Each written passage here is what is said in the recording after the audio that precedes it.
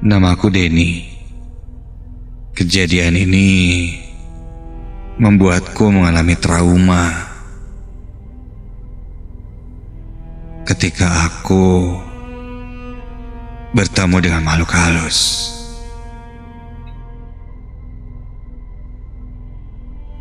Di jalan sekitaran Dago.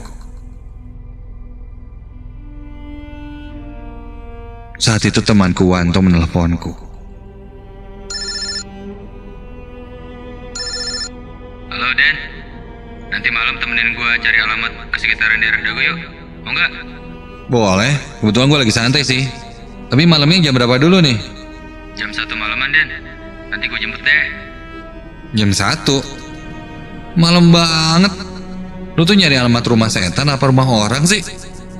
Ya, tapi gak apa-apa sih. Siapa tahu aja ketemu setan beneran. Kan jadi seru tuh. Iya gak? Hey. Halo? Tok? Halo? Hey. Kok mati sih? Aneh. Tiba-tiba saja teleponnya terputus. Ya, mungkin Wanto kehabisan pulsa, entahlah. Aku pun duduk di sofa ruang tengah. Kuliah saat itu masih jam 8 malam. Masih lama pikirku. Aku pun berniat untuk tidur sebentar di sofa. Dan aku ingat betul tidurku yang sebentar itu. Dimana saat itu aku bermimpi.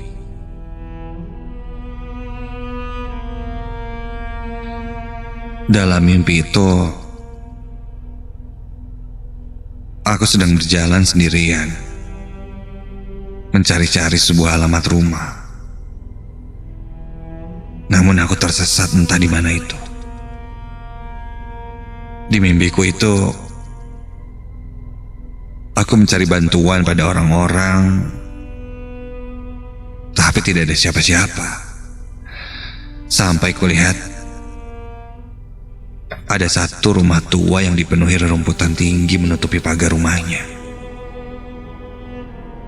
Dalam mimpiku itu, kulihat ada wanita setengah baya bergaun putih dan wajahnya cantik. Akhirnya ada orang juga. Aku langsung mencari alamat rumah yang kucari itu dan bertanya pada perempuan itu. Mbak, maaf, saya mau tanya alamat ini, siapa tahu Mbak tahu. Lalu wanita itu berbalik arah dan melihatku. Kulihat wajahnya cantik sekali. Namun kulitnya sangat pucat dan tatapannya kosong ke arahku. Gimana Mbak? Mbak tahu nggak alamat ini? Mbak.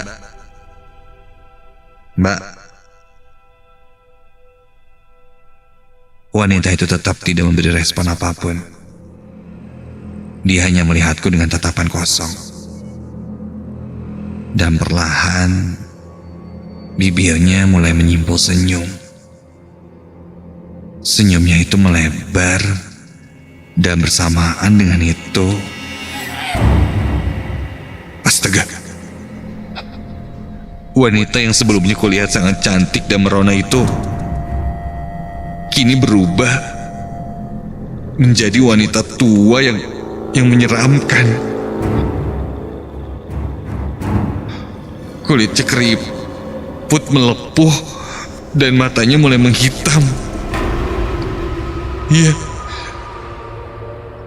wanita itu berubah menjadi sosok nenek tua.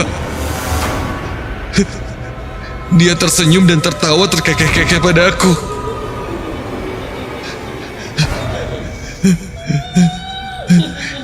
Dia mulai mendekatkan wajahnya ke arah wajahku dan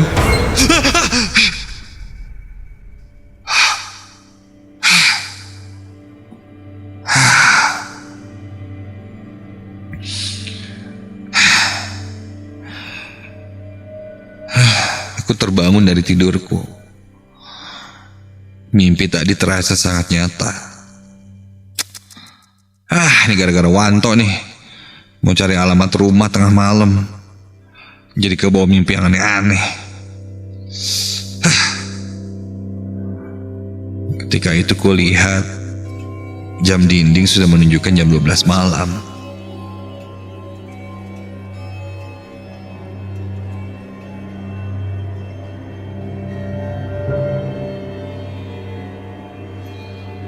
Aku pun langsung bersiap menunggu temanku Wanto menjemputku.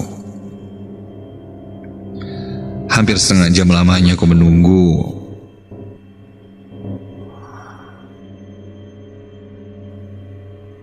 Barulah ada pesan masuk ke handphoneku itu.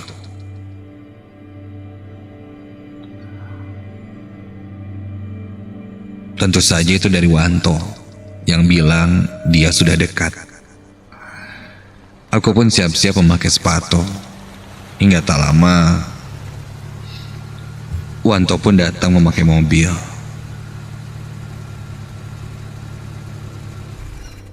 Lalu kami pun berangkat.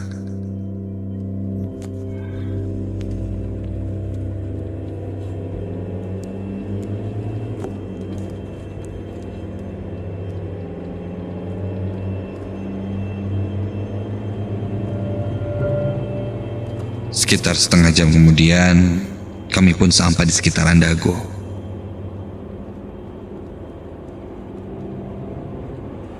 Coba lihat alamatnya. Sepi sekali saat itu. Agak sedikit membingungkan mau bertanya pada siapa. Wanto membelokkan arah kendaraannya ke sekitaran rumah sakit yang ada di daerah Dago itu.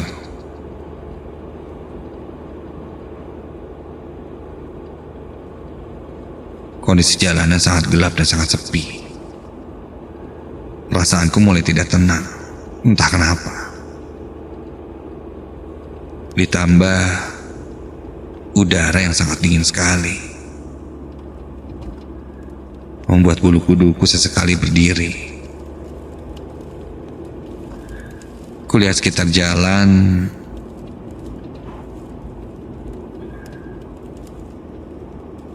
Barangkali saja ada orang yang lewat atau tukang dagang yang masih berjualan.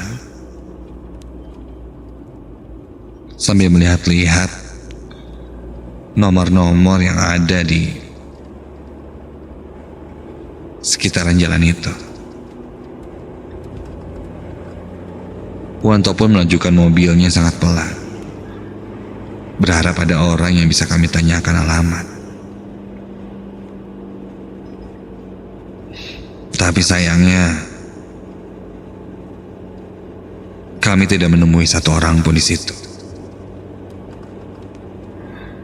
Kami pun berhenti tepat di bawah satu pohon yang sangat besar. Dengan perasaan kecewa, aku menghela nafas sambil menyadarkan bahuku di jok mobil itu.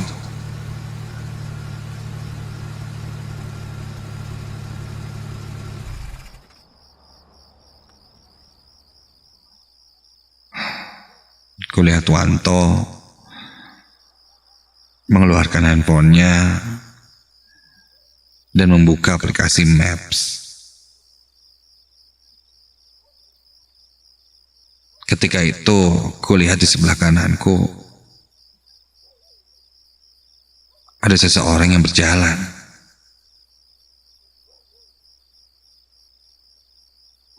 Tok, bentar ya. Aku pun mengambil inisiatif keluar dari mobil. Karena dari kejauhan itu kulihat ada seorang bapak-bapak sedang berjalan ke arah kami.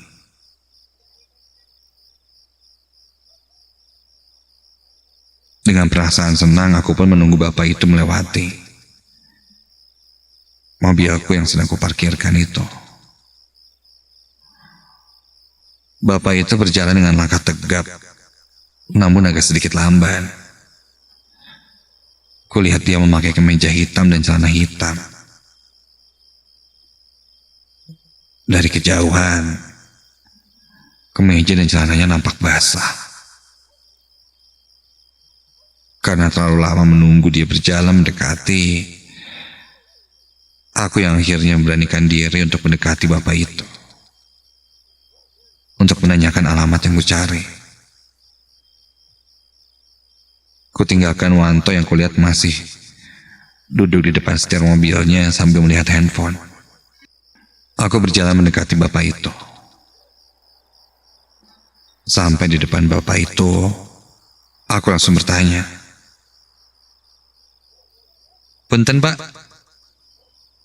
mau tanya jalan?" Bapak itu menghentikan langkahnya. Begitu ku dekati, tercium bau yang tak sedap dari bapak itu. Kulihat lalat berterbangan di sekitar badannya. Wajah bapak itu nampak tidak bersahabat sih. Dan rambut yang cepak, agak sedikit ikal, dengan alis yang tebal, dan matanya yang punya tatapan cukup tajam.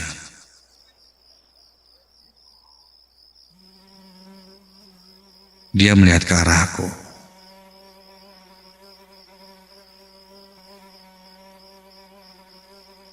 Tidak ada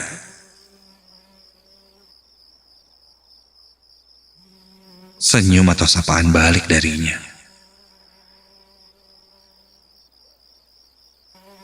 "Pak, ini punten, saya mau tanya alamat ini Pak, kira-kira tahu nggak?" Begitu kataku sambil menyodorkan secari kertas. Bapak itu kemudian menundukkan kepalanya melihat ke kertas. Ketika menunduk, kemeja bapak itu semakin basah.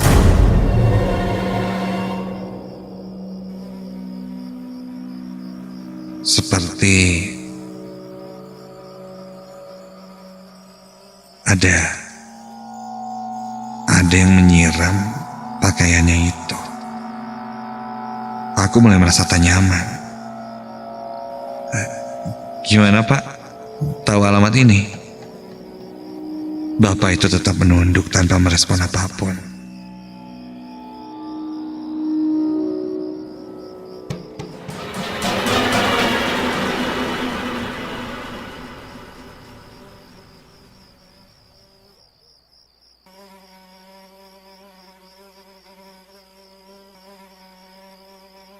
Tak lama kemudian, bapak berbaju hitam itu pun perlahan menaikkan kepalanya. Dan ketika dia menaikkan kepalanya, astaga!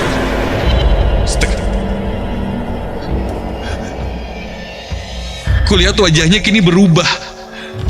Kulihat wajah bapak itu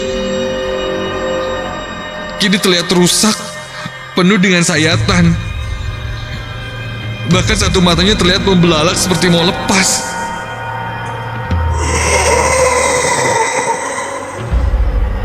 Kulihat jelas ada cairan yang mengalir cukup deras hingga menutupi semua area wajahnya, seperti darah, hingga membasahi bajunya juga celananya.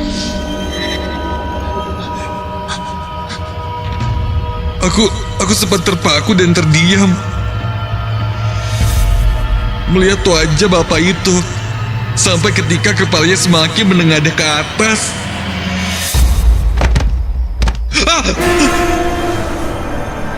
Ya Tuhan, kepala bapak itu terlepas dari badannya dan menggelinding perlahan mendekati kakiku. Kulihat pandangan matanya melihat tajam ke arahku. Badanku tak bisa digerakkan sedikit pun, hanya terpaku kaku melihat apa yang ada di depanku itu. Badanku lemas. Aku seakan tak bisa menahan badanku lagi untuk berdiri. Aku pun pejamkan mataku. Dalam hati sebisa mungkin aku baca doa dan berharap sosok yang menyeramkan di depanku itu hilang. Ketika aku pejamkan mataku, aku masih mendengar suara raungan sangat menyeramkan. Ketika itu kepalaku terasa sangat pusing dan kakiku mulai lemas.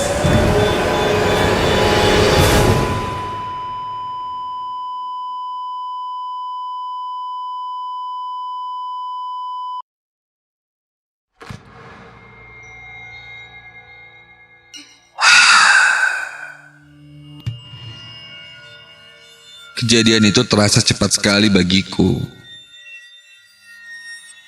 Itu hal yang terakhir ku ingat. Dan ketika tersadar, aku sudah berada di dalam ruangan satpam, security perumahan di sekitar situ. Dengan wajah terheran-heran, aku pun menanyakan pada temanku, kenapa aku bisa ada di sana? Katanya setelah tadi aku keluar dari mobil, dan ketika aku kembali lagi masuk ke dalam mobil, aku mulai berubah. Sampai akhirnya Wanto mengajakku ke warung kopi. Namun aku menolaknya. Aku malah membentaknya dan berteriak-teriak di dalam mobil. Sadar ada yang tidak beres, Wanto pun meminta bantuan.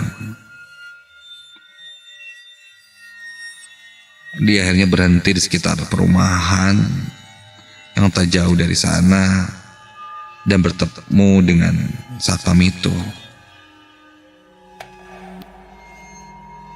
Katanya saat itu badanku sangat kaku dan susah dilemaskan. Iya, aku kesurupan. Untungnya ada salah satu satpam di sana yang bisa menyembuhkanku. Ku coba tenangkan diriku. Lalu aku ceritakan semua yang terjadi. Satpam itu membenarkanku. Memang kerap kali terlihat sosok pria berkepala buntung yang mengganggu dan menampakkan dirinya di sekitaran jalan itu. Setelah bercerita semuanya, aku dan temanku pun disarankan untuk pulang saja. Lalu kami pun memutuskan untuk pulang. Untuk kamu yang melewati daerah sekitaran Jalan Dago ke arah Dipati Ukur dan sekitarnya, berhati-hatilah. Jangan berkata sompral.